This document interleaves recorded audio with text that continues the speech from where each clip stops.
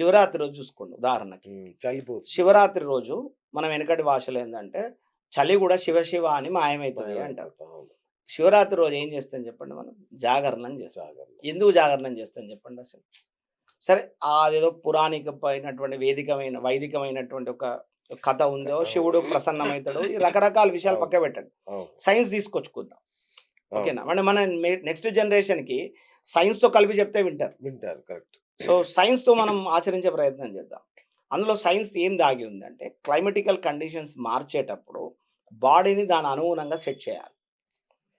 So, ఓహో! ఆ రోజుతోటి ఆ! చలి అనేటువంటిది మాయమై అమాంతంగా టెంపరేచర్ రైజ్‌లోకొస్తది. అలా రైజ్ అవ్వడం వల్ల పొత్తి కడుపు నరాలు బిగుసుకపోతాయి, గుంజుకపోతాయి. హుహు. ఓకేనా? సో, కాబట్టి మన పూర్వీకులు ఏం చెప్పారంటే, ఆ రోజు ఉపవాసం ఉండమన్నారు. ఆ రోజు ఉపవాసం ఉండడం ఉండడం వల్ల ఏమైతది అంటే, ఆటోమేటిక్‌గా బాడీ అంతా ఒకసారి రిఫ్రెష్ అయిపోతుంది. ఆ! ఈ మన భాషలో చెప్పాలంటే డిటాక్సైడ్ అయితది. ఓకే. లేదా మీరు ఇప్పుడు కొత్తగా చెప్తున్నారు కదా! ఇంటర్మీడియేట్ ఫాస్టింగ్స్ అని అవన్నీ. అవును. అవును. సో, అది అది ఏం లేదది. ఆ!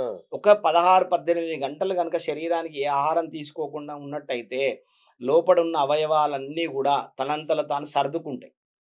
హుహు. క్లైమాటికల్ కండిషన్‌కి సదురుకుంటాయన్నట్టు. ఓకే. సో, అలా ప్రతి దాంట్లో ఒకటుందండి. ఇప్పుడు ఇప్పుడు ఉదాహరణకు ఉగాది ఉంది.